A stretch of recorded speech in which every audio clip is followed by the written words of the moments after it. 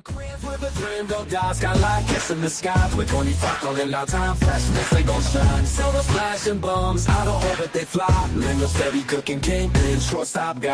Orange and blue, red and true, yeah we here fight. Mets taking crowns in the city, feel lights. Queens in the house, loud and clear, no fear. 2025's the year, let's make it crystal.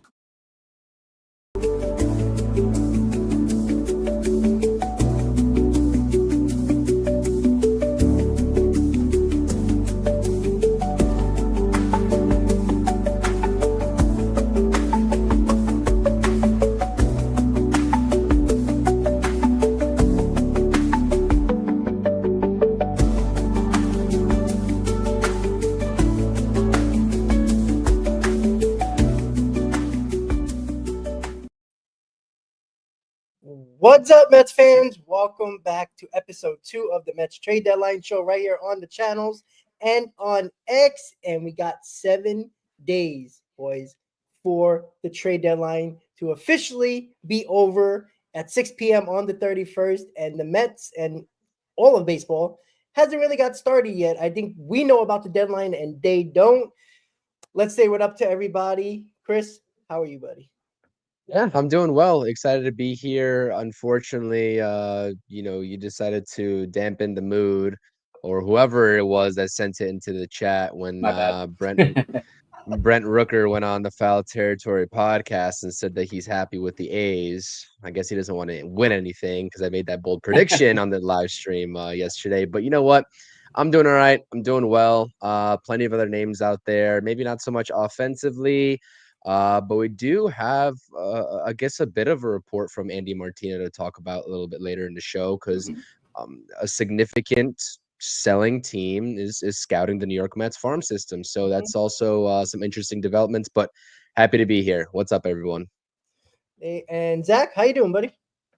Doing good. Enjoying my off day. Ready to talk some Mets deadline news and predictions, expectations. And sorry to dampen the mood, Chris. I sent that.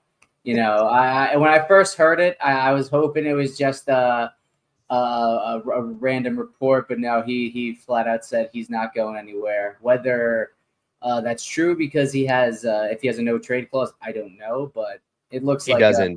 He doesn't. So we'll see, but it's weird. Those teams like the A's and the Rockies, they tend to hold on to pieces a lot longer than they should. Like the Rockies have held on to Ryan McNabb probably 2-3 seasons longer than they should have when they could have recouped a ton of value. But this next week will be interesting, and it should be pretty hectic given how things are starting to shape out. Yeah, I mean, you know, to start with the first topic, the trade deadline landscape. There is no landscape. I mean, I don't know. It's weird because usually you'll see a couple of small moves, you know, maybe a couple of small relievers, you know, maybe a bench piece that might fly off the map. But really nothing. Like we've been hearing rumors upon rumors upon rumors.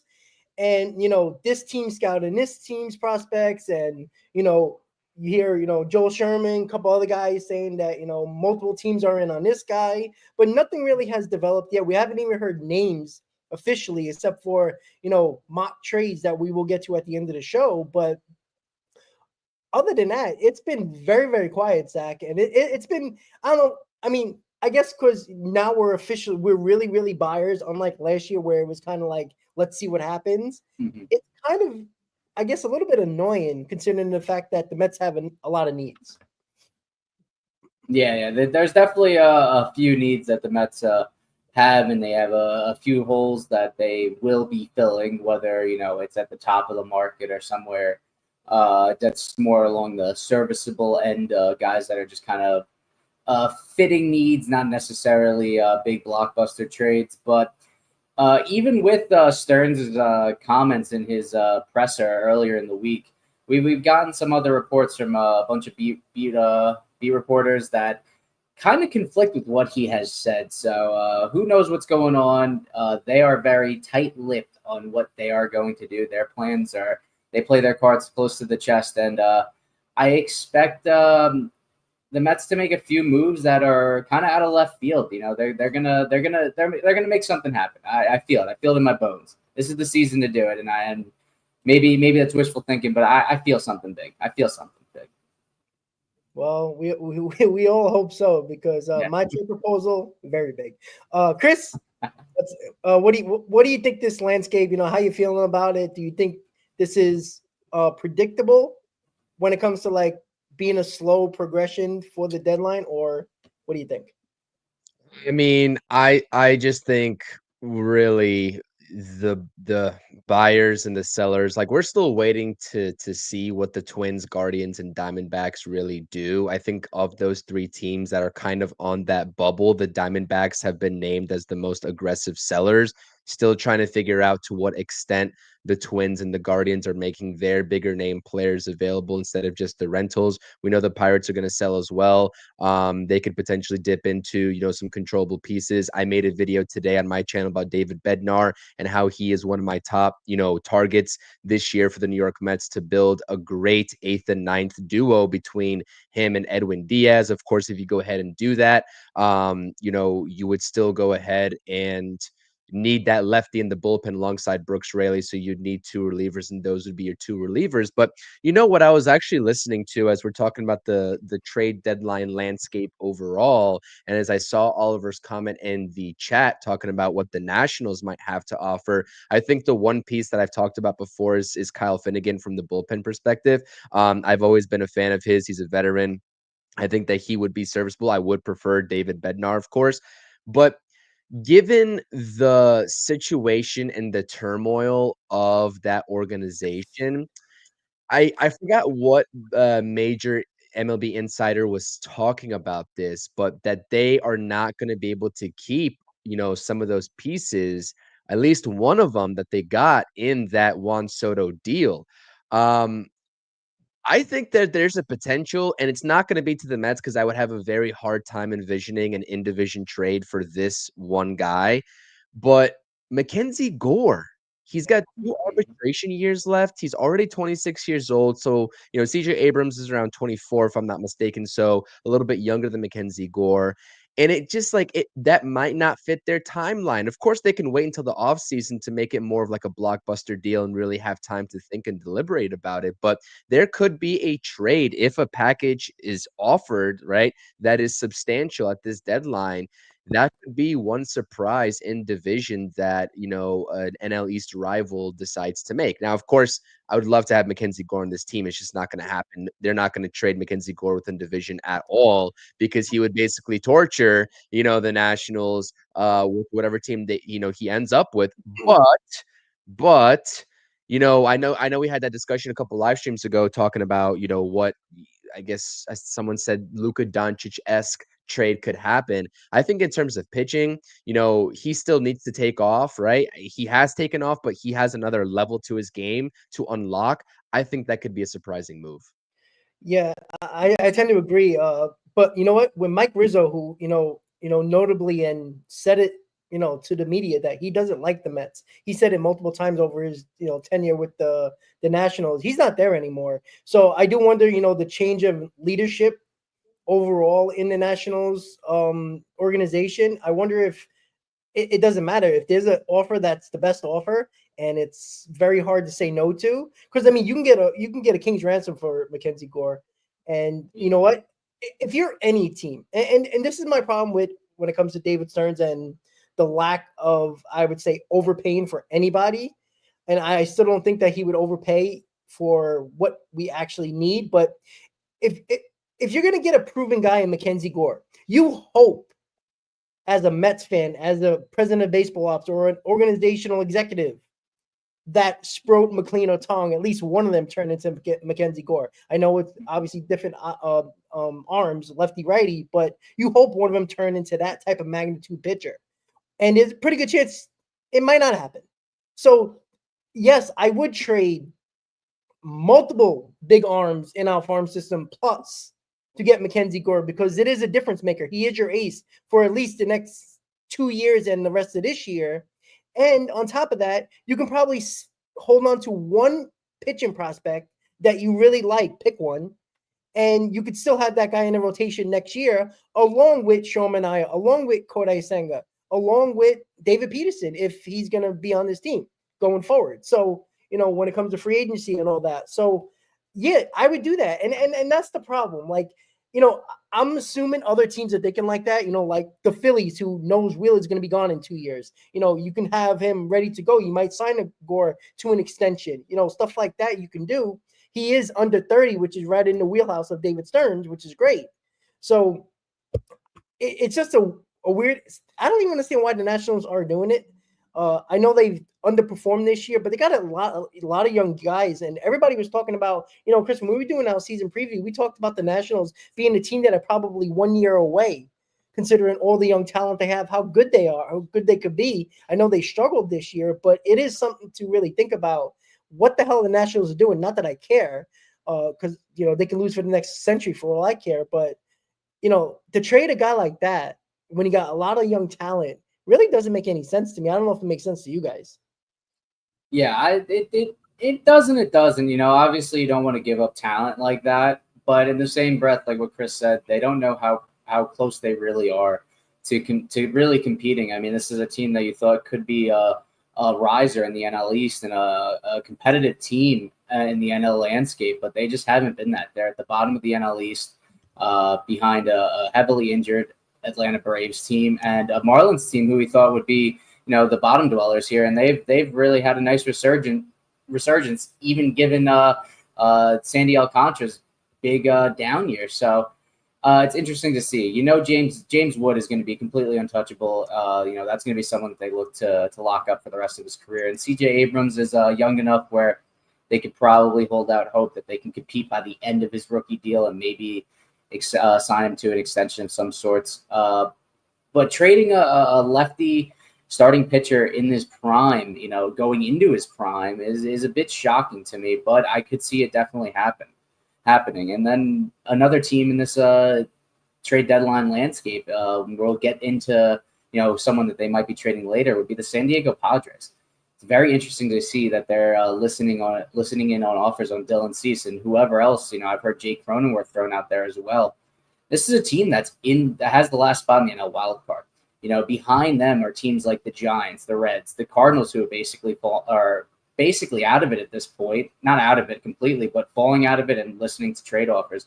The Arizona Diamondbacks, the Miami Marlins. So there's not much behind them where you're worried about losing ground and not taking advantage of it. I think they're in a position where they could easily make the playoffs and go on one of those magical runs like the Mets did last year. So it's a bit telling to me that maybe they've soured on someone like Dylan Cease, but in the same breath, why go that route now when it's a wide open NL, a wide open major leagues for come playoffs? So it'll be interesting to see what they ultimately decide upon in the next 7 days.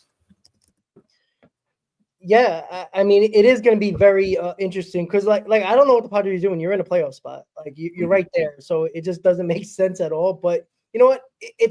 I think this is the problem with why the deadline needs to be pushed a little further down the road, like maybe second week in August. August 10th. Give everybody an extra week and a half, maybe even 2 weeks, to this type of deadline when it comes to right now, because again, there's a team like you just said, the Padres, who can fall out of it in a week, and on excuse me, on the 30th, now they're going to be sellers, and now everybody's going to be frantically trying to get guys from their team, and now you're going to get a big overpay because the Padres are going to want to get rid of them, and teams are going to be desperate, the ones who missed out on all the other pitchers that were on the market or any player on the market as well. River, thank you for the super chat. Luis Robert, I know we're going to talk about that. Yes, left-handed pitching has been pretty decent.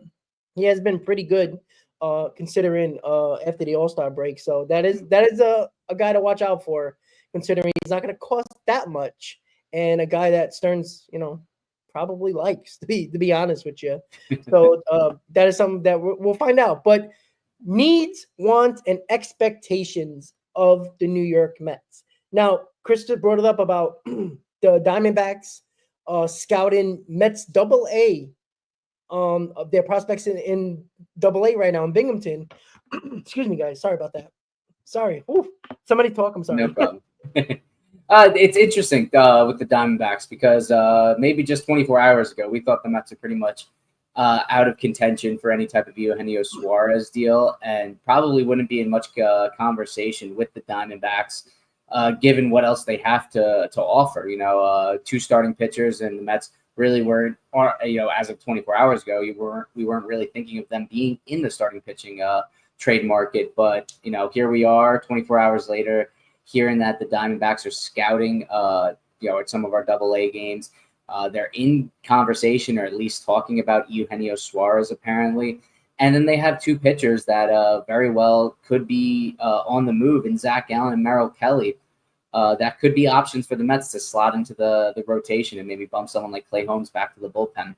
So it'll be interesting to see what comes there. Zach Gallen, down year, not really looking too great, but Merrill Kelly's having himself a really nice year, even though he is an Arizona boy, and I didn't really think he would be on the move. He would be a nice option, probably in the top three of our rotation behind Minaya and Peterson, if he were to come here to New York, and probably wouldn't cost too much given his age and the fact that he's on an expiring deal. That'd be a nice get for the Mets. It would kind of solve two problems or two issues with one trade. You'd be able to get another starter, someone that you can rely on, someone who over his career has averaged close to 6 innings per start, something the Mets really haven't gotten from any other starter this year. And you move Clay Holmes to the bullpen, and that solves two needs in the bullpen in another right-handed reliever and someone that can give you length. He's someone that could piggyback starters. He's someone that could be a sixth-man option in spot starts if Senga or anyone else needs an extra day of rest, or maybe just needs to skip a start. So it would be interesting to see if they go that route, if they do go starting pitching. I don't know if they will. Knowing Stearns, he probably wants someone with some sort of control. But given the price that Kelly will probably garner, I would be hard-pressed to believe there's not much of a better deal for a starting pitcher out there.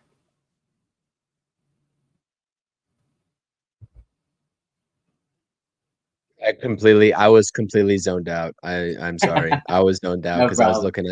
I was looking at the Rays, and Oliver mentioned another good comment about the Tampa Bay Rays. It seems like an organization that's always in flux about what to do, no matter what their status is. They're a game and a half out of the wild card, and so I was just browsing their roster and what the recent news around them was going to be. But yeah, surrounding the Diamondbacks conversation, I still just don't think that whatever is brewing between what Martino said about the Diamondbacks scouting the Mets AA affiliate is anything to do with Eugenio Suarez. I think it'd be more towards a starter, and there's a reason why Jeff Passan has always linked from the start a guy like Zach Gallen, right?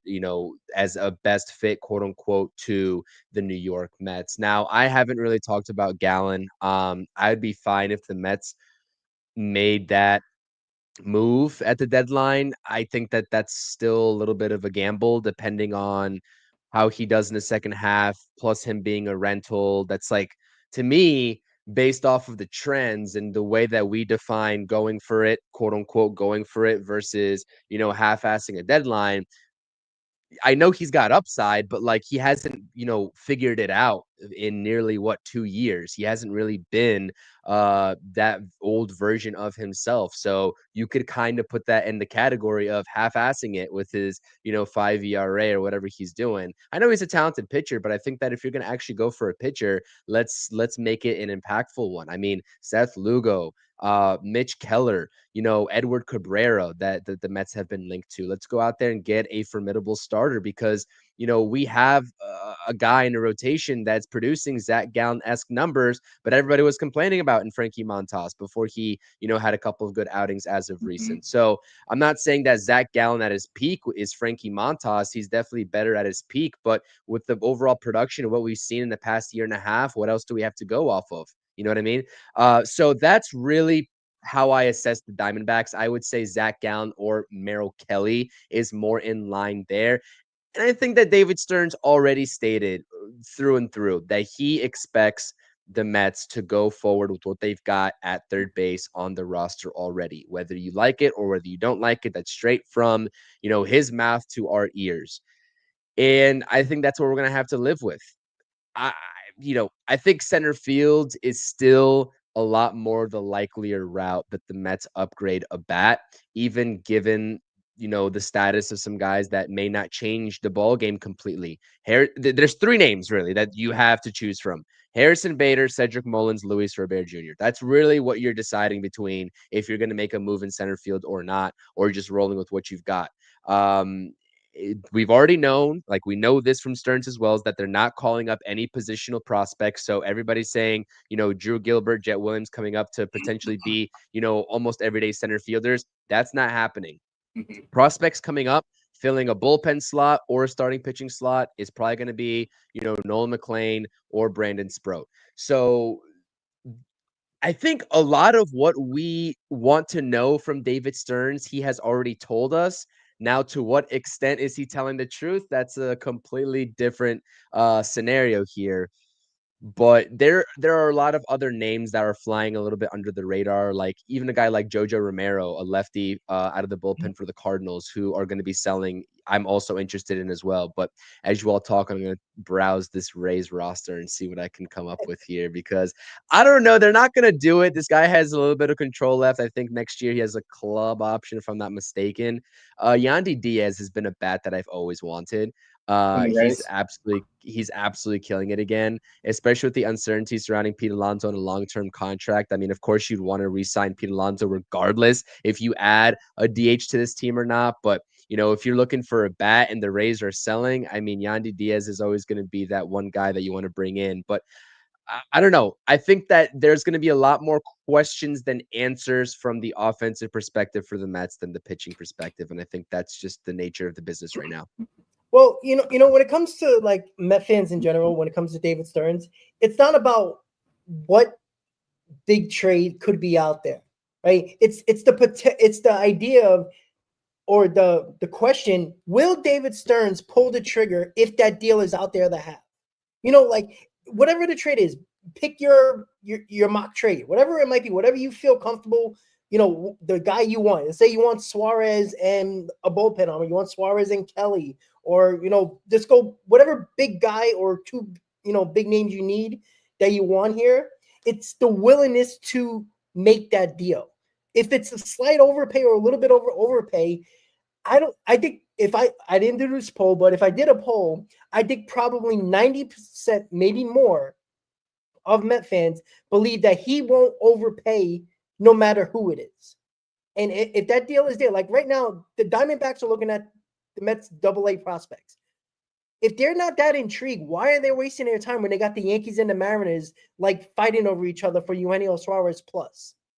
That's what annoys me, right? And maybe David Stearns is pulling the wool over our heads and he's lying to us and probably laughing in the background when he goes back in his office. Maybe that's the case, but why are the Diamondbacks looking at the prospects for that? Now, maybe it is for Zach Gallen or Merrill Kelly straight up, and that's what they're looking for.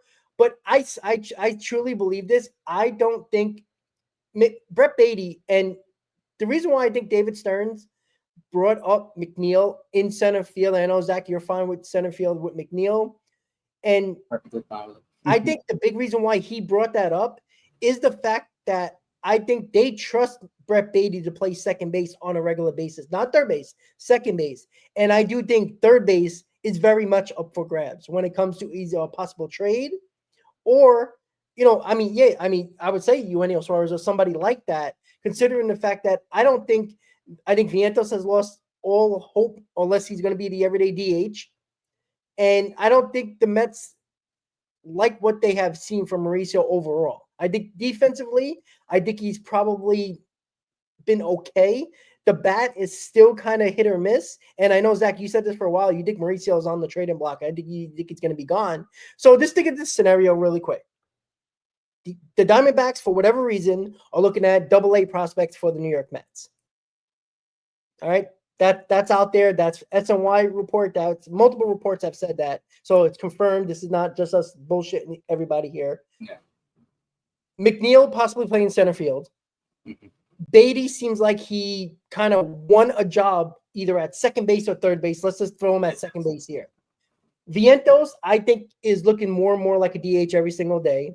And Mauricio is kind of hovering, possibly, potentially our third baseman. But again, I don't think you can and Stearns says he's willing to trade, infield depth from one of those guys, the 4 guys that we mentioned, Yeah. to, or at least multiple guys, to get what he needs. And if that's bullpen, starters, or plus, I think, and again, you guys will see this in my mock trade, that you can do that on one deal to get a starter or a bullpen arm and a third baseman. And I think that if you can't get your hands on a Duran at center field, and I don't think they're very favorable when it comes to Mullins or Robert, then you go get the big bat at a position that has still been a hole this entire season, even with Brett Beatty, showing some resurgence here. So is it possible that McNeil plays center field? Again, I'm not the happiest guy with that, but it's serviceable. Beatty out second baseman, and third base is where they're looking for that bat, along with some type of pitching either in the rotation or the bullpen, where they can, package a deal to get maybe 2 of those pieces to fill holes, rather than trying to, make like 3 or 4 different deals with, 1 or 2 prospects here or there all over the place, where you can kill 2 birds with 1 stone. I do think, even though I think it's an outside shot, it's a long shot, I do think Suarez could potentially still be on the table. I think at this point, unless the Mets really start pursuing someone like Luis Robert, I think Mullins is out, or Harrison Bader hard for center field. I do think McNeil will be the mostly everyday center fielder going forward after the trade deadline. That's where an opening develops for someone like Eugenio Suarez. And, given the Diamondbacks' interest in our farm system and, the ability to make a deal, because I would argue that the Mets do have a better farm system than the Yankees. The Mariners do have a really good farm system, but I think it could happen. And I've heard out there, I know Bob Nightingale, I saw him on a podcast earlier. He was saying something about Vientos. That name just kept coming up, Vientos. I've seen it, heard it a few times too. That teams like Vientos. I don't know why. I mean, I like Vientos, but I'm not sure why many teams would want to be trading for Vientos given how he's performed this year. But could that be an option for teams that are looking to just kind of retool real quickly, sell off some expiring pieces like Eugenio Suarez, and then fill that hole for the next year or the next few years cheaply while they grow back into a heavy playoff contender? So Mark Feinsand just tweeted out, Eugenio Suarez is the crown jewel of this trade market, but sources say Arizona, which is in sell mode, is asking for quote unquote a ton for the slugger. And if that price isn't met, the D-backs might just hold on to him and try to re-sign him at year's end. So I don't believe it, but I do believe that they're asking for a ton. If they're scouting, the Mets farm system in Double-A, I think Patrick in the chat is 100% right. They're looking at Jonah Tong, and they want Jonah Tong, and that would probably be, one of their headliners in a package deal for Suarez, and let's say a Gallen or Kelly going along with Suarez too. So that's probably what it's going to be. I don't think David Stearns meets their asking price, but I mean that's really it. I think it's multiple guys in Double-A, though. I think you have obviously Jonah Tong, but then there's also Jack Wenninger, and if I'm not, or Nate Domes in Single A. But there are other pitchers there in Double-A that could fit the bill of pitchers they want. And obviously you're gonna shoot for the moon and then kind of try to fall somewhere above where you expected. So if they're asking for Jonah Tong and say they fall at Jack Wenninger and someone else, maybe a couple other prospects, that could be a win for a team like the D-backs. Will it happen? I don't know. I think a team will be desperate enough to give a pretty big haul, i.e. the Mariners, in my opinion. Well, here's the thing, right? The 2 teams that we keep on hearing with Suarez is the Mariners and the Yankees being the front runners, right? Or supposedly the front runners. Well, Colt Emerson, Lazaro Montez, Harry Ford, and Michael Arroyo are top 4 guys in the Mariners farm system. Not one of them are pitchers, right? Same thing when it goes for the Yankees. It's Lumbar and Spencer Jones, right? Not pitchers. And the Yankees do have Schlittler, so yes, I think that would be the headline. Issues with the rotation. I don't think they want to trade him. No, but they would ask for that. Correct. Well, that's what I'm saying. So if the Mariners don't really have starting pitchers, they have 2 starting pitchers. One's in Single A, the other one is in Double-A, but is not a very special prospect. And I don't even know how to say this name, to be honest with you. Sitchi, whatever. And Ryan Sloan, I think, is in double A, is in single A right now. I think he's high A, right? That's their pitching prospects. The Yankees really don't have that. Their best guys is Lombard and Jones, and Schittler, which is a guy that they're probably using in this rotation unless they get a big bullpen piece, and that's the only way they're trading them. But I don't think that's happening. Why I think the Diamondbacks are looking for a Jonah Tong or a Brandon Sproat, something like that, where they can headline that deal with that. And if they're looking for one pitching prospect in a deal along with other prospects, there's a reason why they're looking at the Mets prospects all of a sudden out of nowhere.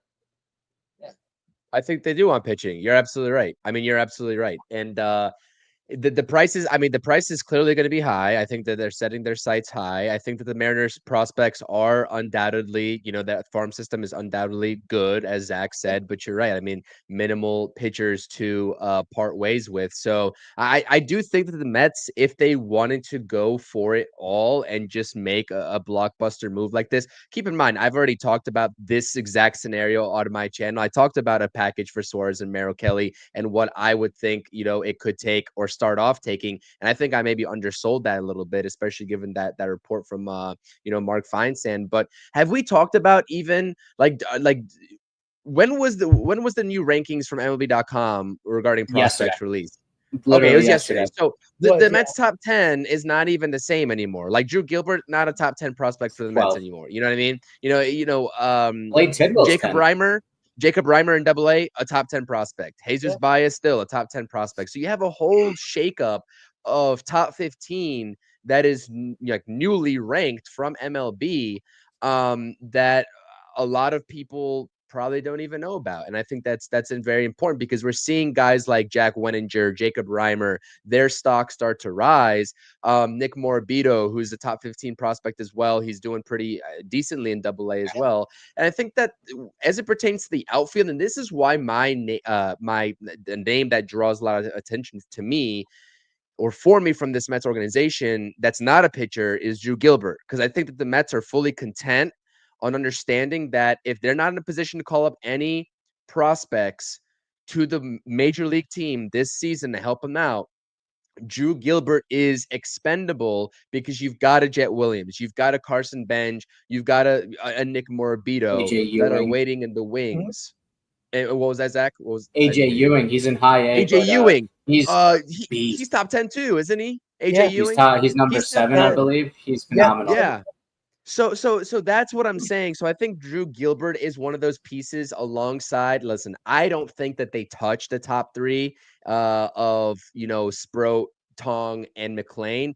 I don't think they touch him. I think the most likely to be dealt in a deal of those 3 is probably Brandon Sproat. But I think that for sure, 100%, I can say that Drew Gilbert is probably on the trading block as well as some of the major league talent that the Mets have. And there's a viable discussion. I understand that Brett Baty is probably going to remain your everyday starter, either at second or third, like you said, Rob. But is that a chance? We always talked about Brett Baty's value. I know he's only 25 years old still, so I'm not trying to undersell him. He could, he still has a lot of potential untapped, I think, from Brett Baty. And we're starting to see that. I was doubting if we were going to see it in a Mets uniform, but we're starting to see that. But as Caps was saying in the chat, there's a different perspective to look at where you can use his stock right now to maybe get more value back. I don't think the Mets do that, but that's just a different perspective for David Stearns to consider. But it does seem like David Stearns is, I would say, maybe has hinted indirectly at, one of Mauricio and Baty, getting that favor over the other in terms of who's staying and who's going. So I would like to take a poll here from you two. Between Baty and Mauricio, which name do you think goes? I know, Zach, you're saying Baty, and Rob, I'm assuming you're saying, or stays. Baty. You're saying Baty, and I'm assuming you're saying Baty as well, right, Rob? I don't care.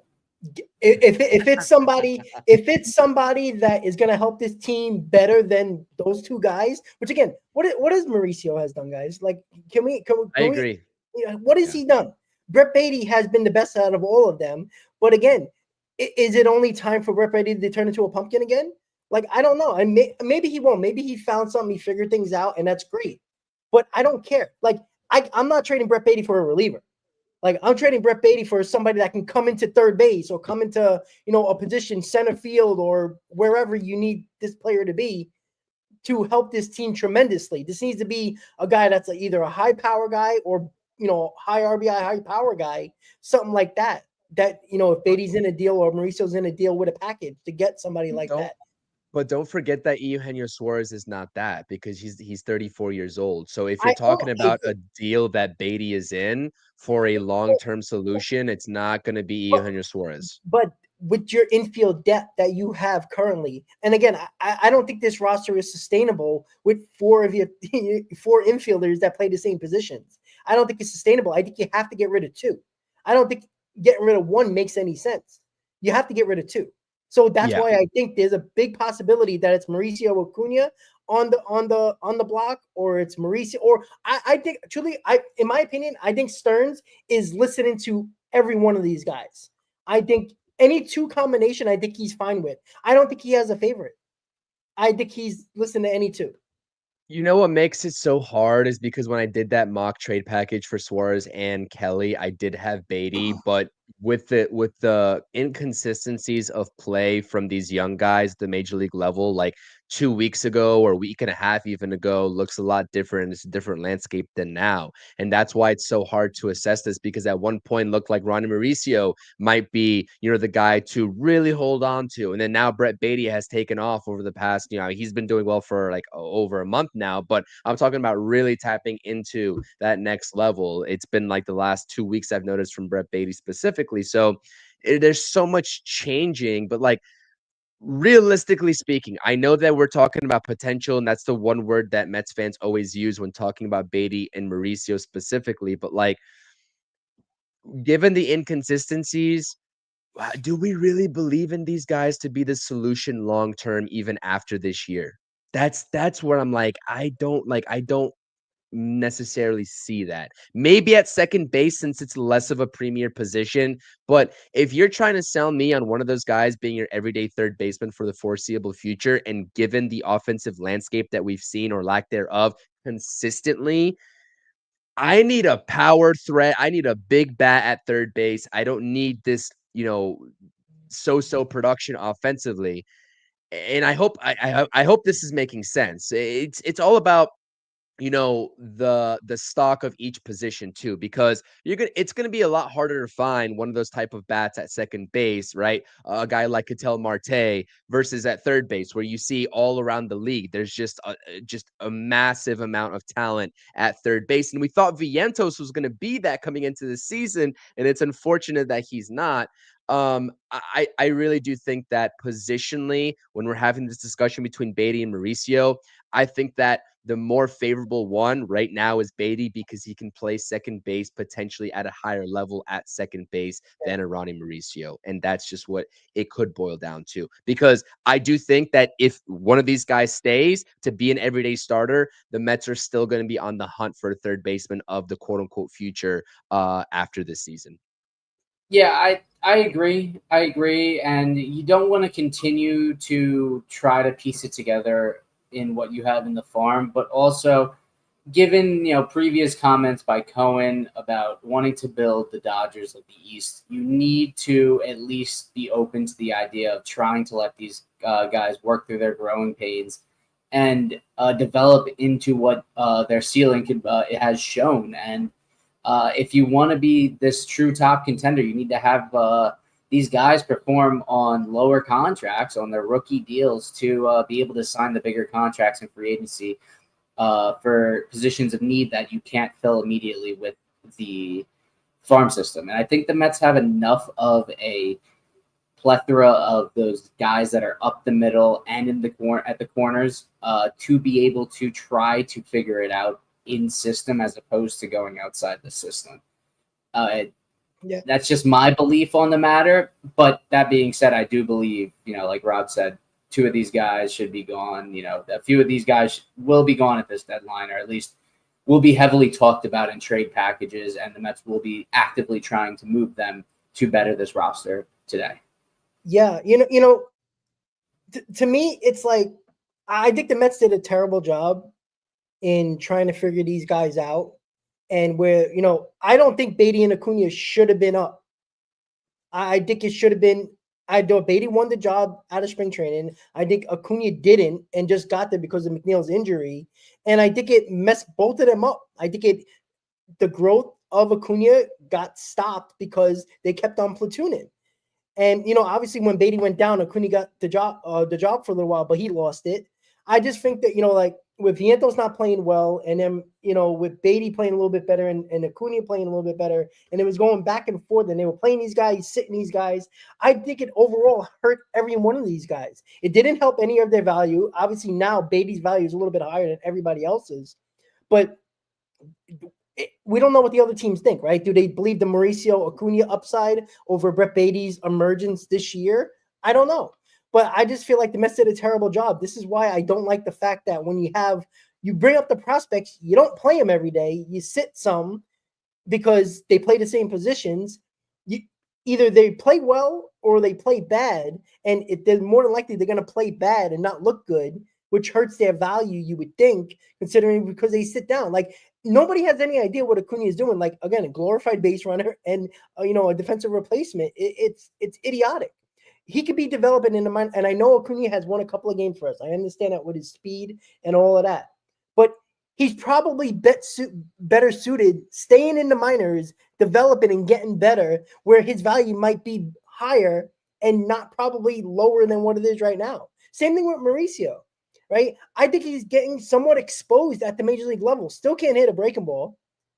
His defense is kind of lackadaisical. He's lazy on the field, especially third base. Like, I think you're hurting their value.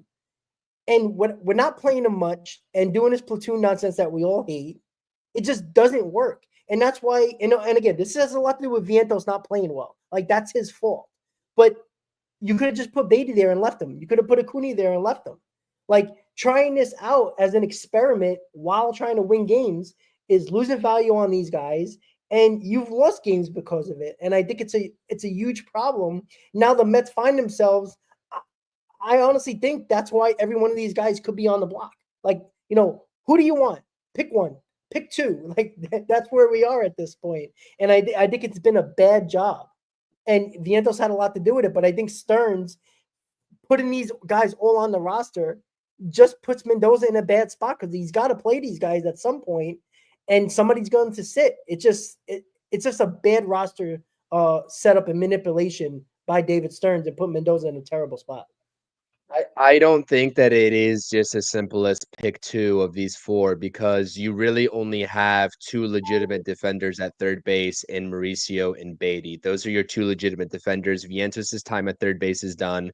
Acuna can't hit well enough to play every day and just play at third base. So I think that it's pick a match, Mauricio and then who, or Beatty and then who. But it's definitely between Beatty and Mauricio when someone has to stay and someone has to go, because if you are picking both of them, right, which is unrealistic within itself, then I mean, who's playing third base? The Mets don't really have much options there outside of just keeping Vientos at third base, and we all don't want that. I mean, I told everybody since last season, even last season when Vientos had himself a hell of a season, I said his defense was respectable at times, but he is not this all-world defender where we just have to have him at third base or it's going to stunt his growth. That's why I heard a lot of from Mets fans last season. I said this guy is definitely a DH in the long term instead of an everyday third baseman.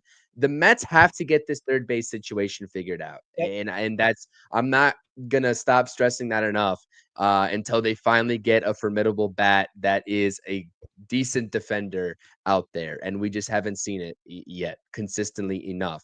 Can Brett Beatty be that? Maybe. Can Ronnie Mauricio be that? Maybe, but a little bit, but less likely, right? Exactly. So that's how I assess the situation. But yeah, I think it's definitely between those two guys. And if you're a team right now, let's just take the bias, the statistical, because I didn't even look at Brett Beatty's overall statistics at this point, right? Let's look at Brett Beatty's stats, because I mean, it doesn't really matter. But good. He has an OPS over 700 at this point, and and he has his WOBA has greatly increased throughout the season. He's someone who's just kind of just gotten better and better as the days have gone on. I just pulled it up. His OPS is at 723, and his WOBA, what's it at? Sorry. Because I know before he went on a heater, I know that Mauricio, because I know the sample size is not the same between these two, with Mauricio, having a lot less playing time than Beatty over the course of the season. But, Mauricio's stats aren't really that great either overall, let alone the splits between righty lefty. But a lot of people talk about Mauricio's upside. So if a team calls the New York Mets and they are like, we want to give you what you're looking for, but we need one of these guys, who do you realistically think they want? One over the other, Beatty or Mauricio? Mauricio. I don't know. What do you think, Zach? Because the team that's trading, that are sellers, right, are probably going to be a year, maybe a couple of years away.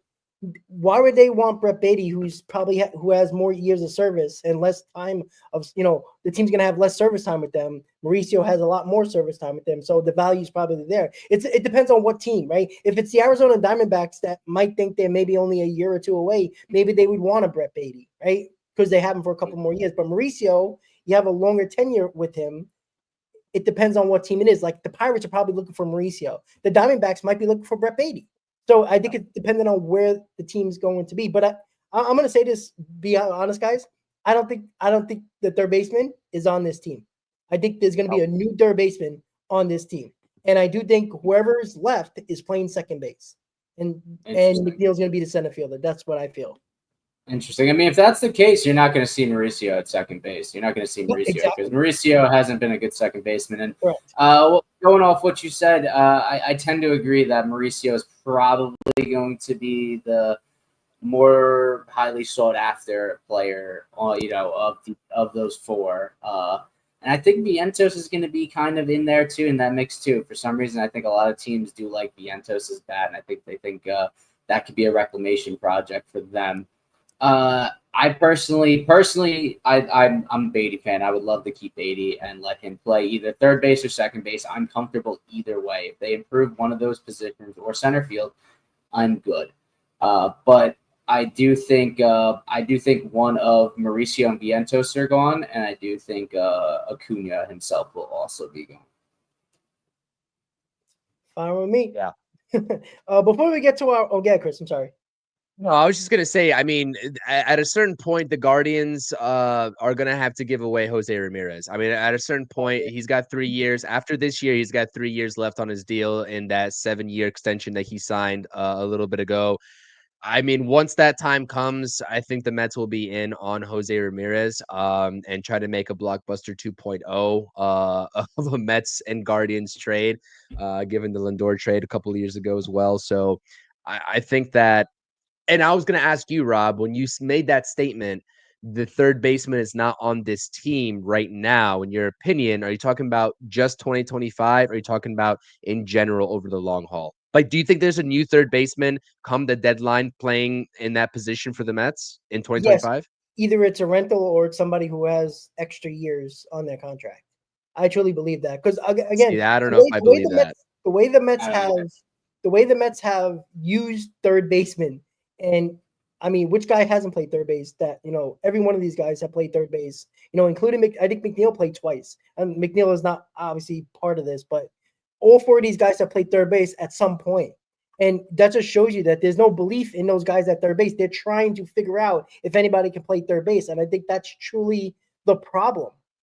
And I think that I think the big bat, and because Stearns talked about McNeil that way in center field, makes me believe that he's only looking at the big bat, the potential of a big bat adding to this team at third base, because nobody's a big bat at third base. I think Beatty has shown that he's very, very good at second base, where you can have Mauricio and Acuna on the block to get a third baseman. I'm not saying those guys could be part of a package, but those guys can get you a starter, maybe a pretty good starter, or a big bullpen arm, and you could still trade for a Ramirez, a Suarez, or another third baseman that under control. So, and I don't think it's like a Cabrian Hayes or something like that. Like that ain't happening. It's got to be a big bat.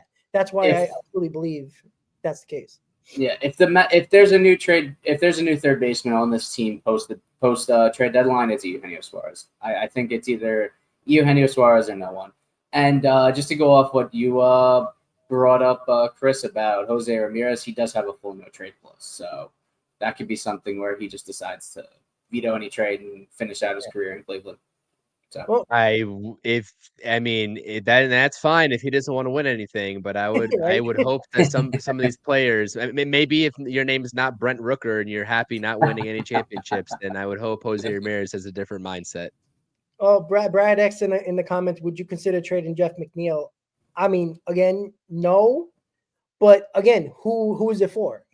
Like if somebody's desperate for Jeff McNeil with his versatility, can he get a Bednar, because it's an expiring contract. So no, you would need to go if you're trading Jeff McNeil, you're committing to Brett Beatty at second base, which is fine, and probably run Mauricio at third base, because you need to get a center fielder at that point. Like, it would not be a question. Exactly.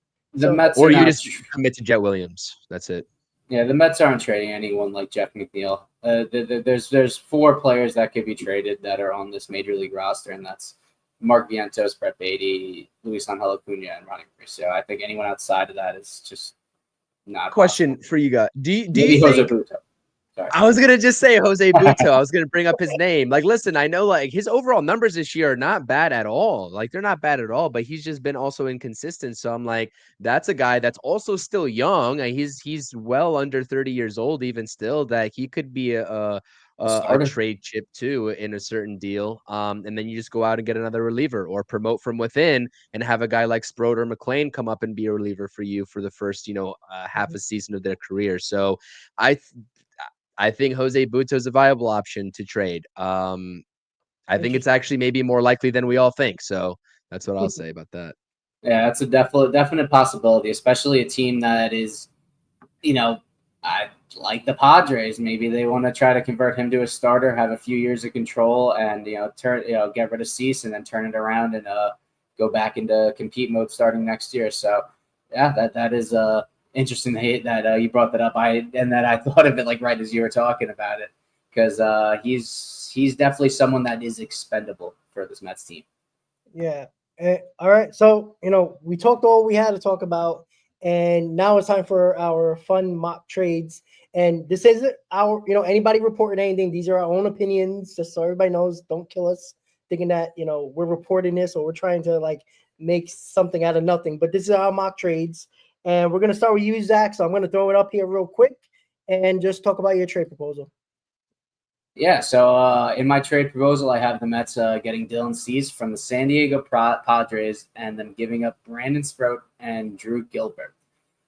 This is a team that is, like we've talked about earlier in the show, is still very much so in the playoff picture. They are holding the last wildcard spot, so it's a bit peculiar that he's made available, but given the fact that he's on an expiring deal, the Padres they do need some help. They don't have much youthful talent either coming up that can replace these guys or too many young guys on the actual active roster that it makes sense, that they want to at least recoup some sort of talent that's close to MLB ready so they can turn it around next year and perform. You look at the outfield, I mean, you're pretty much set with Jackson Merrill in center and Fernando Tatis in right field, but in left field, they do have someone on an expiring deal, and it could be a situation where Drew Gilbert can come up and replace him, and then Brandon Sproat would be your direct replacement for Dylan Cease. Not to get too much into Dylan Cease just yet, but the Padres, they need pitching. They need pitching. They need guys that are available to come up soon. They need to replenish some of their farm system as well. And Dylan Cease would be that big ace type player that the Mets would go after. He's Stearns talked about it. He's not going to go for anyone that's not an ace type. He wants an ace type playoff caliber pitcher, and Dylan Cease is just that. I know when you look at the numbers, he has an over a 4 ERA.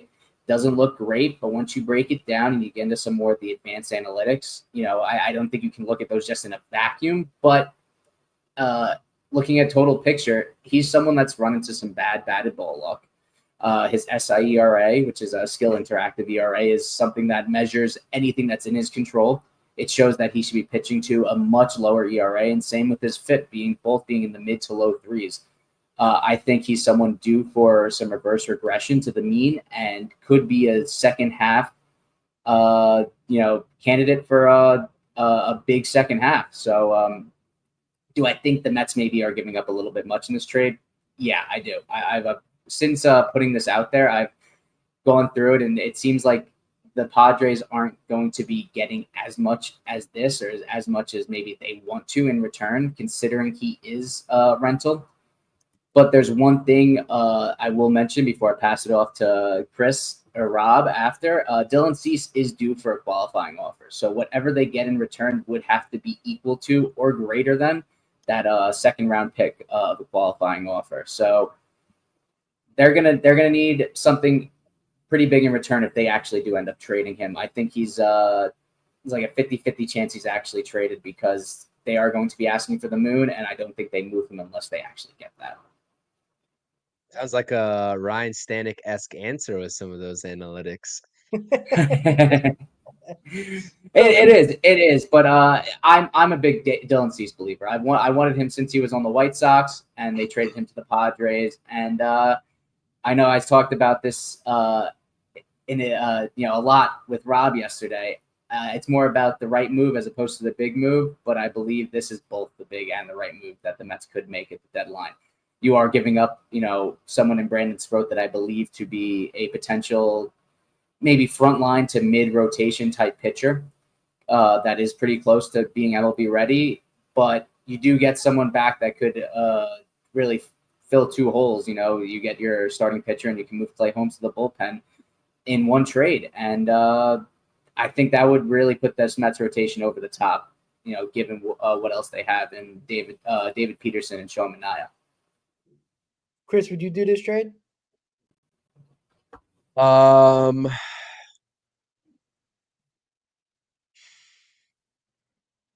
Yes, I would do it. I would do it.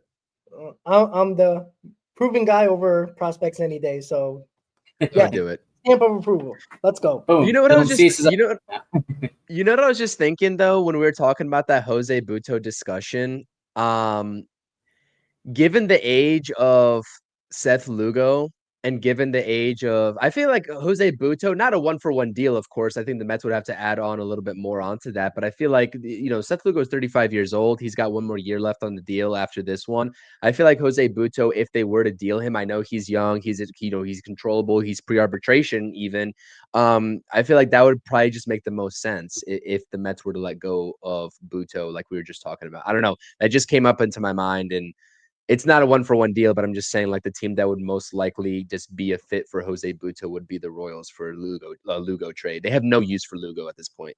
Yeah, and if you're gonna get a starting pitcher, it gives you more reason to trade Jose Butto. If you're not gonna go really big on the bullpen, you can move Clay Holmes, like Zach said, to the bullpen, and that kind of solves your issues on both ends. So that would be interesting for sure. But yes, I do that trade 100%. I do it. Give me a proven guy in here.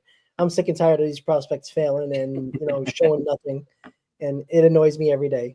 I'm sorry. I do want to say one thing before we move off of this with the Dylan Cease trade. I think this would be something that the Mets obviously, you don't go all out and offer your best package right away. I would try to make this trade with someone like a Blade Tidwell or maybe like a Jack Wenninger type, someone of that caliber before you do move on to Brandon Sproat.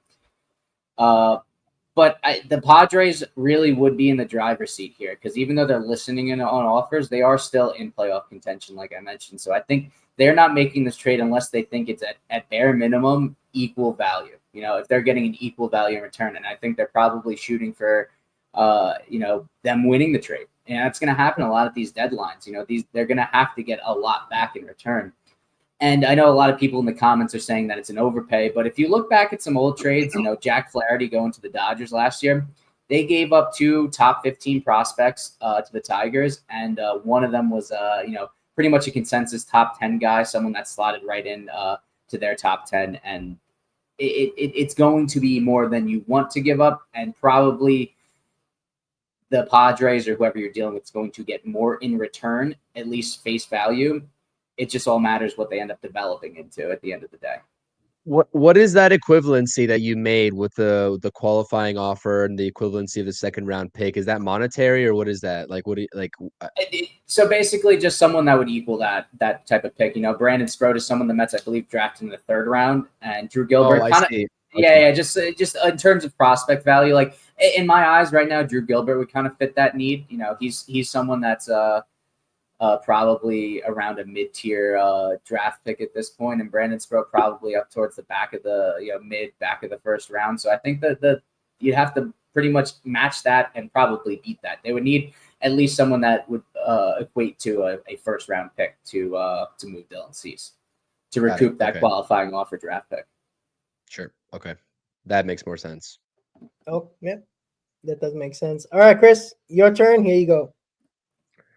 Yeah, I've got another trade that the Mets are sending off Drew Gilbert, because I do think that of all the prospects in this farm system, he is the most expendable. I think that the Mets at this point, he has turned it around recently. He's actually having a really good time over the past couple of weeks in AAA, getting those numbers up extensively. And then you see the new look top 10, which features Jesus Baez as the number 8 overall prospect, has 9 home runs already in high A ball.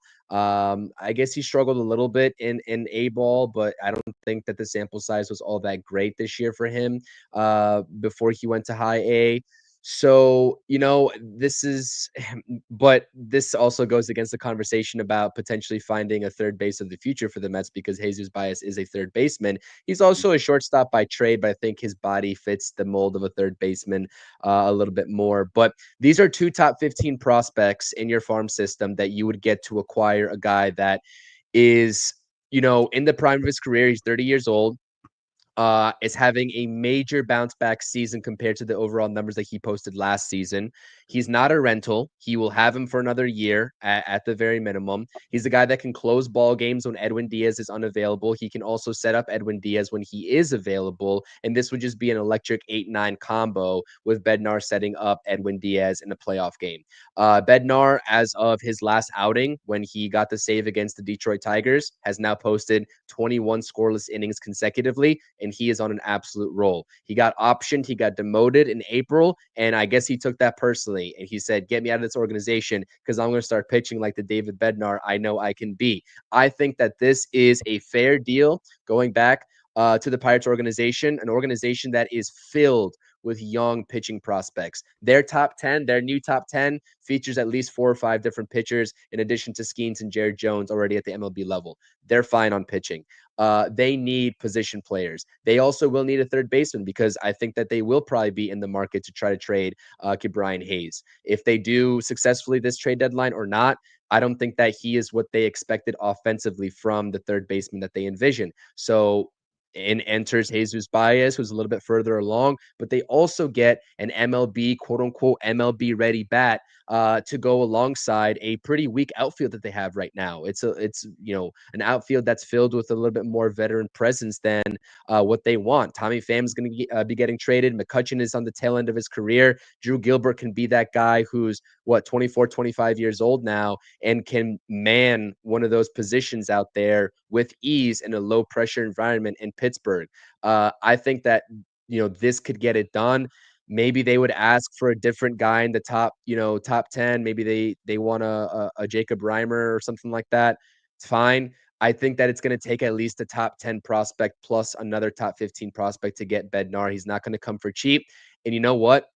I think the Pirates are the ideal trade partner with a lot of teams, not only the New York Mets. The Yankees and the Blue Jays are going to be calling up for Bednar as well, and they're probably going to want to package that with Mitch Keller. I think that there's a realistic scenario for anybody, including the Mets, to get Mitch Keller and David Bednar. As your interview with the Pirates guy from the Pittsburgh Gazette was also saying, right? I mean, those two guys are maybe not as likely to go to the Mets as somebody else else, but there is still interest from the New York Mets to get something like that done. I decided to go just David Bednar straight up, but if you want to, address two holes with one trade, Bednar and Keller would be the move. You'd have to give up plus on top of Gilbert and Baez. I don't really have that lined up for you all right now, but I think that this is honestly, this is probably one of my more favorite trade packages from either side that I put together.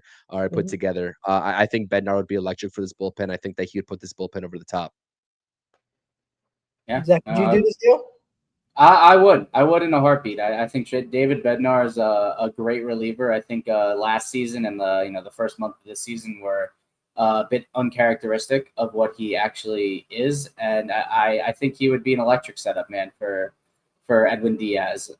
One thing I will say, I'm not sure if the Mets do this deal. I would do this deal, but I don't know if the Mets do, because I think they're going to be shopping around for relievers that they can deploy in a sort of setup man by committee instead of giving it to one dedicated person. So while I think this is a great deal, I don't know if the Mets are necessarily going for a reliever of this caliber, but do I think they should? Yes, and I would love them to go for someone like Bednar, especially being under control past this half a season. And if the Mets are reluctant, they can still go and target another Pittsburgh Pirates reliever that I've talked about in Dennis Santana, former New York Met, who has just absolutely taken his career to the next level in Pittsburgh. I think would be maybe a little bit of a less expensive option. I think that he does have a little bit more controllability, if I'm not mistaken, with the contract and the age and all that. But a guy that's also not as proven, because we really haven't seen this version of Dennis Santana past the last year and a half that he's been in Pittsburgh. He's appeared in both New York organizations, Yankees and the Mets, and he's not really done particularly well. So I think that you get the proven commodity here, David Bednar, and you call it a day, and then you go after maybe a lesser lefty reliever, because you already got Brooks Raley. I don't know how the Mets are going to do it. I don't know if they have like specific tiers. I'm sure there are specific tiers of the bullpen market that they're looking at. David Bednar would be close to the top. I don't know, man. I think there's been so much chatter about David Bednar being linked to the Mets, and Mets fans like, oh, wow, this could be the next get. And we've been talking about this for the past year and a half or so. I think it's finally time, with where the Mets are situated in the standings right now in the NL. I think that this is the perfect time. And if you want to get the full video, full breakdown, links in my description of my live chat down below. It's in the description. I posted a full video about it probably around 2:15 p.m. today. So go check that out. That's all I got. Dude, make this trade happen, please. Yeah, absolutely. And it makes sense, because, again, Chris, you brought up the other day when I talked to Noah Hiles from the Pittsburgh Post-Gazette. He says they don't have position players, almost ready, major league ready or close to major league ready. They need position players. They don't have it. They got a ton of pitching, but they don't have position players. And Drew Gilbert makes sense, obviously, what you talked about. Jesus Baez is a third base, shortstop type of guy, so he can play multiple positions in the infield when and if he does come up, and he's going to be a Pirate. If this trade goes down, he will be a Pirate very shortly. Like, this is what the Pirates do. That I do that deal just because it's prospects. I don't care. David Bednar will put it on top, but the Pirates and the Mets fit each other so well for the needs of both teams. Mm-hmm. The Pirates have rotation and bullpen. The Mets clearly need both. And the Pirates need position players that are major league ready or close to it, and that deal is perfectly fun. You can interchange so many different guys in a proposal like this, not just a Drew Gilbert if you like Drew Gilbert, or Jesus Baez that you don't want to get rid of. So that's why I think that a Pirates Mets trade is very likely to happen, depending on the players. If it's only a Santana trade, that could happen. Obviously, Bednar, Mitch Keller, stuff like that. I think we're going to see a Mets Pirates trade. It's just, is it going to be the biggest one, or is it going to be, a minimal move like a Santana? Obviously, Bednar and Keller will probably be bigger moves, but I think these two teams fit each other pretty well. Just talking about the Pirates, Caleb Ferguson's also a guy to keep an eye out for. He's a lefty for the Pirates who's having himself a really nice year. Kind of not a soft tosser, but a pitch to contact kind of guy. A lot like David Peterson is, honestly. 100%. This is a good question by Radiant here too, by the way. Would you hold on to Vientos to see if he would start to get back to his 2024 self? I think that if there is a move that presents itself that has Vientos as one of an opposing team's top target to try to tap into that potential that we saw last season. I think that the Mets do it because I think that there's opportunity. We know that he's not going to be a defensive starter for the Mets on a consistent basis moving forward if they don't trade him. And I think that there are a lot better options to address the DH situation this offseason that are a little bit more reliable. Everyone knows who I'm going to say on the market this offseason, but I don't even need to say his name. Go out there and get it done. But yeah, I think that if Vientos can get you good value in return, I wouldn't think twice about doing it. I wouldn't think twice. To piggyback off of that with Vientos holding on to him or not, two proposals. One, would you do Vientos straight up for Luis Robert? Probably. I mean, I would. I know you would, Rob. Yes. It feels more of a need than keeping Vientos around. I don't love it, but I would. Then second, I think this is probably definitely a yes, but Vientos as part of not necessarily headlining, but a part of a package for Eugenio Suarez. I think easy. Yeah, easy. So I think those, and I think those would be the two most likely teams to, and I guess the Pirates to a lesser extent, but those would probably be the two most likely teams to want Vientos, in my opinion. I do feel like Luis Robert, wherever he goes, the change of scenery is going to make him very excited and very potent. Jorge Soler. I think he's going to be outstanding. I don't know why I just had that feeling. You know what, though? Now that you mention it, a Vientos 1-for-1 for Robert, I can see that happening. I can see the Mets just making that trade for that upside that you're talking about, Rob. I know that it would piss a lot of Mets fans off, but that again, comparing him to 2021 Soler at the deadline going to the Braves, helping them win a World Series is a very accurate comparison. You'll have him for another 2 years under contract, I believe. I mean, he will be I don't want to make the comparison any more than I've already have, but like Marte is going to be off this team. In comes Robert. He can make you a lot better in multiple ways. He's a borderline elite defender. He's got a lot of speed. What does he have? We talked about it yesterday. 25 stolen bases already. Yeah, 25. I mean, come on. Yeah, I mean, I'd probably do that. It's close, but I would do that. Yeah, I would definitely. I mean, this is what he's been doing in the second half. There's the potential right there.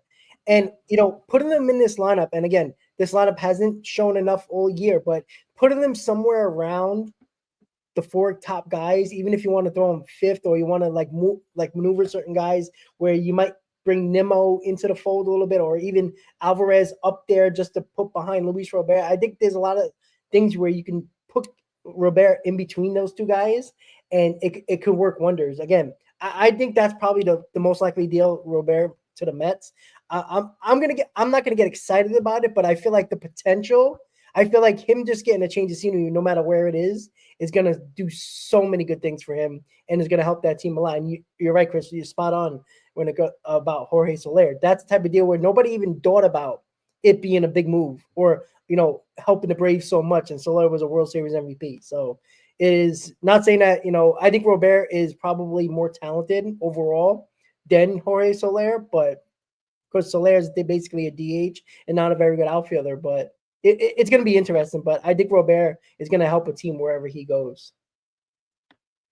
All right. So last but not least is myself. I have 2 trade proposals. One I'm going to make a video of, and the other one I'm going to, put up now. I was kind of contemplating when you guys are doing yours, but I'm just going to go with the big one. I'm just going to, David Stearns, put on the big boy pants, also grow a pair, and let's go. Like this is a trade where it's like you got to go. You got to be a little. It's going to be very uncomfortable. I'm just going to be honest with you guys. And it looks like this: it is a Eugenio Suarez trade and Merrill Kelly. D-backs get Jet Williams, Blade Tidwell, and Jonathan Santucci. I know Jet Williams probably untouchable, but David Stearns needs to put on the big boy pants. Like he has to, right? Get a little uncomfortable, right? If you don't want to trade any of your top pitching prospects, and you're talking about a bat. And this, I made this proposal prior to that report coming out, so that kind of got me a little bit more excited after I already did this mock trade. But I think it's attainable. I don't think Jet Williams is as untouchable as everybody thinks, to be quite honest with you. I know that's probably been the talk around town. I think the pitching prospects are untouchable, And that is the reason why I don't have any of them in this deal.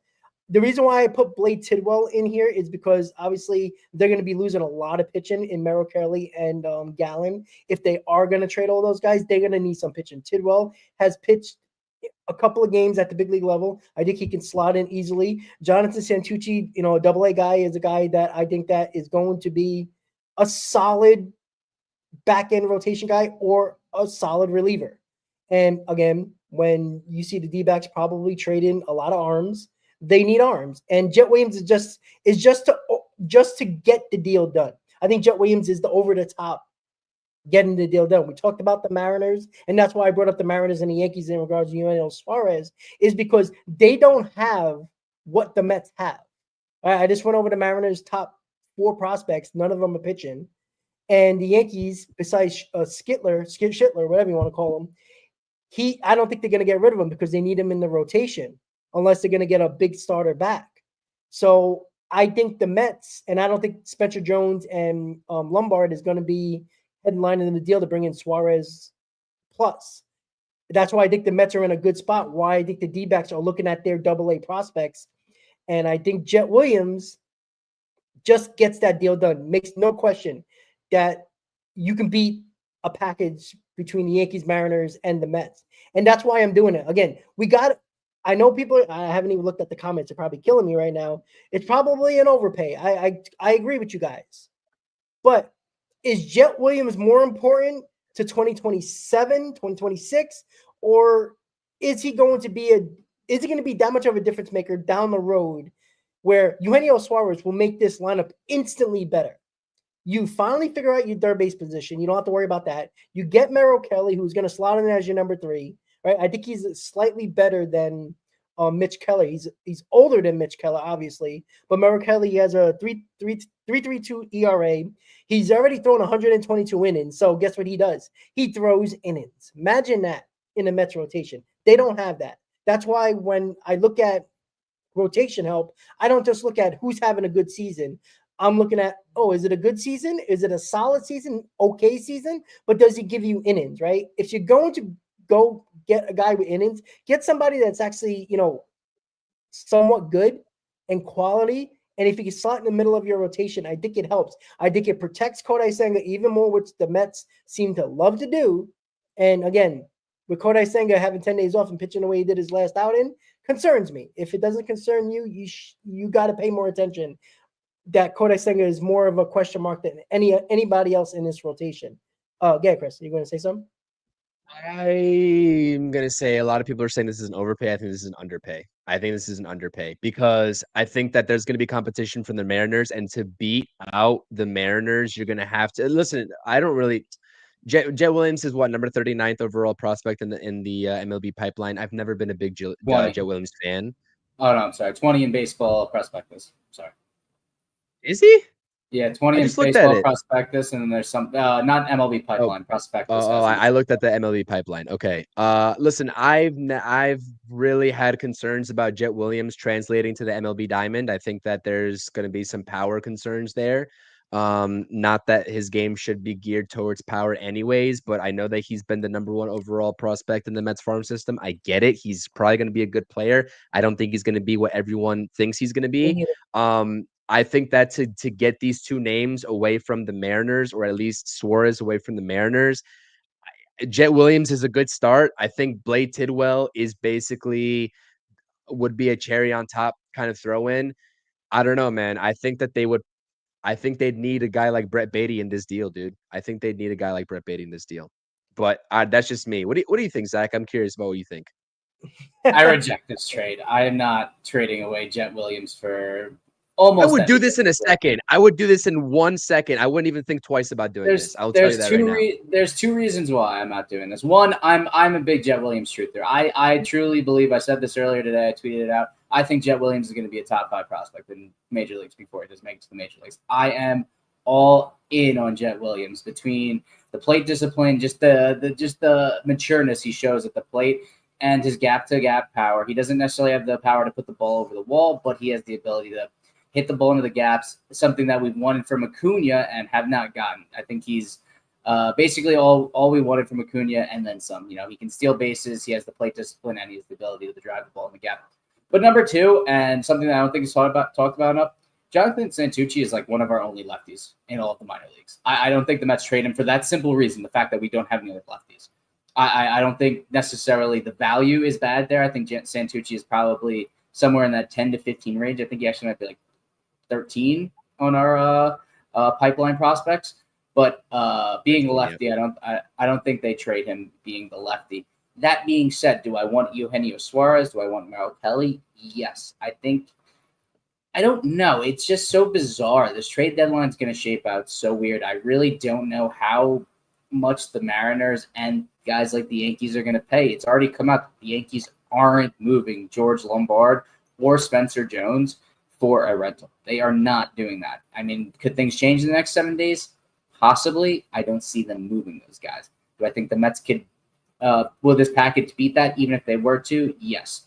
The Mariners have a lot of position players. They are lacking in terms of pitching prospects to trade. So I think the Mets could beat other teams out there with a package not including Jet Williams and Jonathan Santucci. Maybe you headline it Blade Tidwell, Ronnie Mauricio, and you try to find a way to fit another pitcher or two, someone like a Nate Dome and a Jack Wenninger.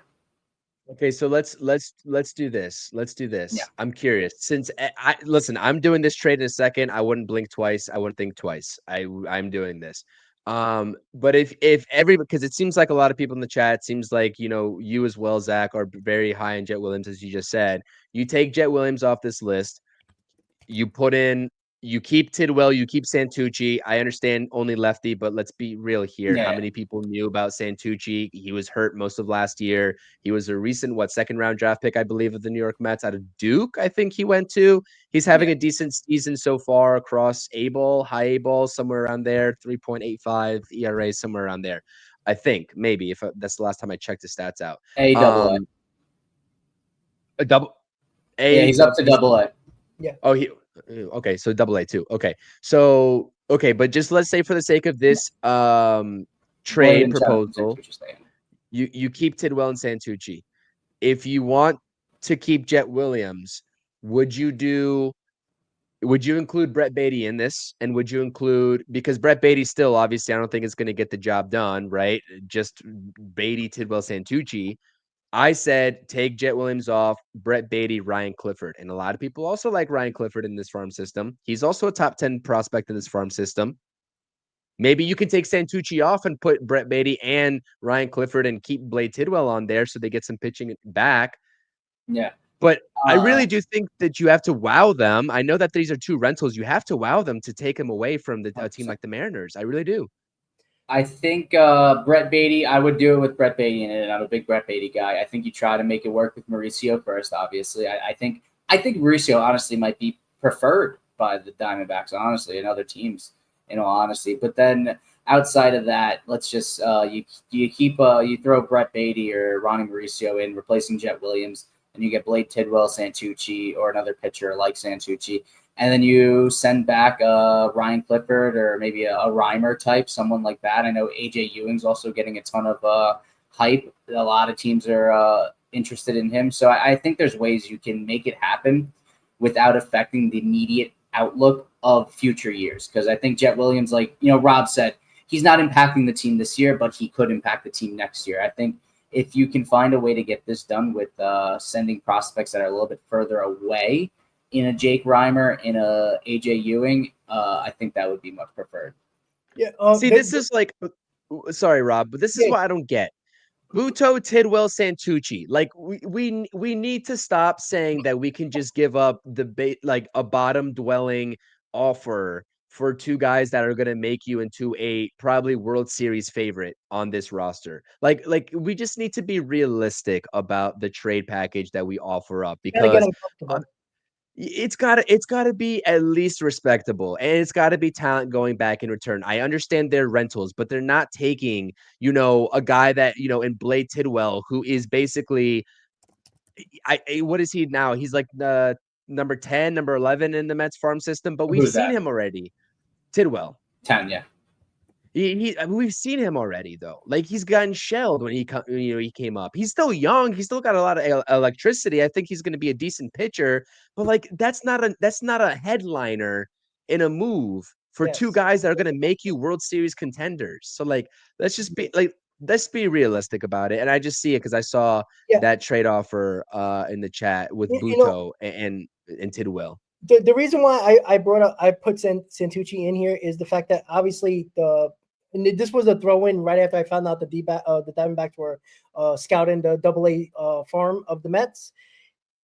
He just got called up to Binghamton in AA, and his first start in Binghamton, he was 6 innings, 2 runs, couple of hits, not pretty good start. He got a little shelled in his last start, but the reason why I brought it up because he just made a start a couple of days ago, and it was like, maybe they are looking for multiple pitchers at AA or even a Jet Williams and Santucci. Why I brought those two guys into this mix is the fact that I don't think Jet Williams is going to be as good as everybody thinks. Sorry, Zach, I know it's your opinion. I appreciate that. Everybody has their favorites, but I don't think Jet Williams is going to be as good as everybody thinks. I think he can play center field, but again, I think that the fact that if you're looking to make an impact on this team, it is not just bullpen help. It is not just a Josh Naylor as a DH or Josh Naylor here, a bat like that's solid but nothing special. I think you need to go big here, and I do think the Suarez rumors are more of a possibility for the New York Mets than any center fielder we can think of. The only reason why I say that is because I don't think there's more upside and there's more potential with this lineup with Suarez than it is a Mullins, Luis Robert. Obviously, I don't think Duran is getting traded, so I think that's out of the question. So I don't think Mullins and Robert is going to be that much of an impact as a Suarez and Kelly. Kelly can slot in as your number 3. He can give you innings, which is rotation desperately needs. And Suarez, we know how big his power is, and he's a solid defender. So I'm okay with giving up this package. Obviously, I made the package, so of course I'll be okay with it. But I just feel Jet Williams is a guy that I think it's too much of a risk holding on to him than it is a risk trading him and worrying about if he's going to be a PCA. Look, if he's a PCA, what did the Mets do this year? Did they win a World Series? If they win a World Series, Williams can be Barry Bonds, but he can be Babe Ruth. Like, this is the goal. The goal is to win a World Series. We got to stop half-assed, and this is not to use Zach. I know that's one of your guys, but it's just a lot of people who saying, I ain't making this. It's a Buto, Santucci, and whatever else he said. Like, that's not happening. Like, if you're going to get rid of every player you don't want on your roster or in the farm system, you ain't getting shit. All right, you gotta this trade deadline is leading up to being an overpay by every team for every player. Yeah. Even the lowest end of bullpen arms is going to be a slight overpay. If you're not willing to overpay to get better, and you're going to do nonsense trades that are going to be laughable, then you're wasting your time. You got to win, right?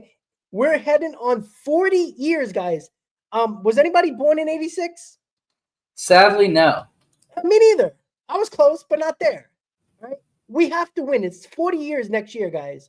Like, it's about time. Put on the big boy pants. Grow a pair, David Stearns. I'm sick and tired of him talking about, we're really going to go into the bullpen help. I think he's lying, to be quite honest with you. I think he's going to get bullpen help, but I think he's just, pulling a fast one because only a few days ago he talked about this stuff, and all of a sudden the Diamondbacks are scouting Mets farm system in Double-A. Like, that didn't just come out of nowhere, guys. Like, that is bigger than I think even us are leading on. I think it's a bigger deal because I think the Mariners, even though they're aggressive, I don't think they have what it takes. Unless they're going to give up their position player prospects, I find it hard to believe that the Diamondbacks are going to take more position players than pitching going back their way to trade these guys. I think there's one thing that I want to just bring up about this and the Diamondbacks, and maybe, I think I've seen Ernest Dove saying that there's been a bunch of teams out there sending scouts to Mets minor league games. Passan said that the Mets farm system is grown a ton, and they have the juice to basically make any trade they want. This is a pretty stacked farm system from top to bottom, and if they want to go out and make a big splash or multiple splash trades, they have the ability to do so. And it's just a matter of if Stearns sees it as being the right move and the Mets not giving up too much in return, that it hurts them in, the future years and, ones that are coming up soon in, 2026, 2027.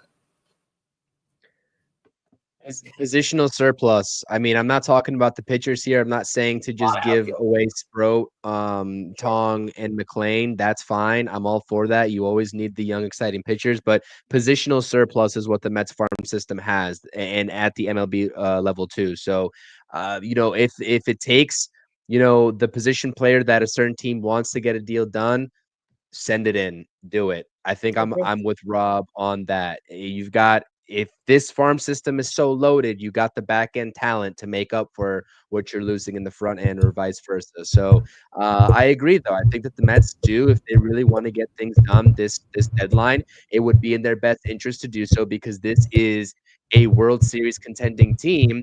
And apparently I'm Stearns' son, because I told everyone that, the Mets should be trading their prospects. So I think Truman is just talking out of his ass at this point. But that's what happens when you get to the end of an hour-and-a-half stream. So I say get it done. And we'll see if David Stearns does get it done. I think he will. And Zach thinks he will too. So maybe, we're both David Stearns' son. So I believe in him. I believe in what Stearns is cooking up, because I don't believe him whatsoever. A lot of reports are coming out that the Mets are, active in this market and that market, and scouts are coming here to view the, watch these games. So the Mets are tight-lipped.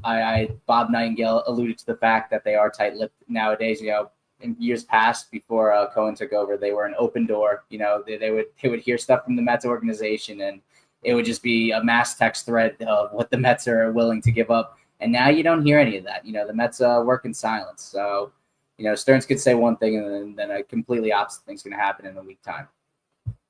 Yeah, overall, guys, I think we all understand, or at least we do, and most people in the chat do, is that you got to be uncomfortable at the trade deadline. If you're a contender, World Series contender, you have to be uncomfortable. Because, again, if the Mets are not going to be uncomfortable at this trade deadline, that means they're half-assed on the deadline. And that means the Phillies, the Dodgers, the Cubs, the Brewers are all going to do more. And then when you lose to one of those teams in the playoffs, you're going to ask yourself why, and you can go back to the deadline and ask why. And I think all these trades are doable. All of these trades that we just talked about are doable.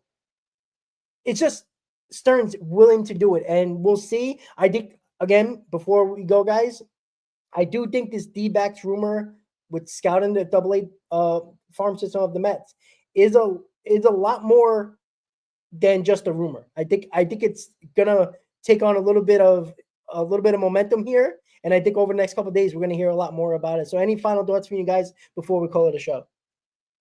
One thing that we didn't mention, the D-backs, you just bringing it up about them scouting us. They're just as fans, and you two, Rob and Chris, keep this name in mind. Shelby Miller.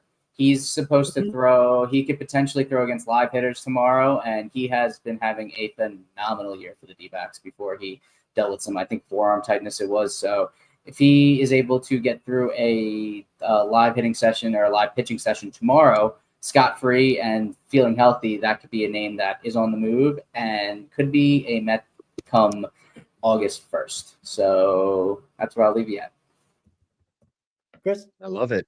I don't have any final thoughts. Get it done at all costs. I don't care. Invest in this team. Invest in this team, because they're built to win now. That's it. Stearns says fans show up. They've showed up in numbers. It's about time to show the fans that you're all in as well as they are this season. With that said, guys, thank you for tuning into the the Mets trade deadline show right here on the channel. Hit that like button, subscribe to the channels, look out for all of our videos over the next week of trade deadline, guys. Have a good day. Let's go Mets. Enjoy the off day, guys. See you next time. Let's go Mets. Let's go Mets.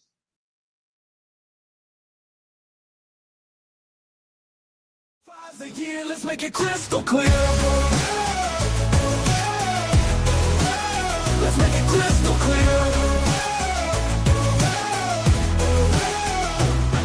Alonzo crush flashing moons, bats igniting the spark. Polar bear in the zone, send it deep to the park. The anthem's rolling through, got a swagger so clean.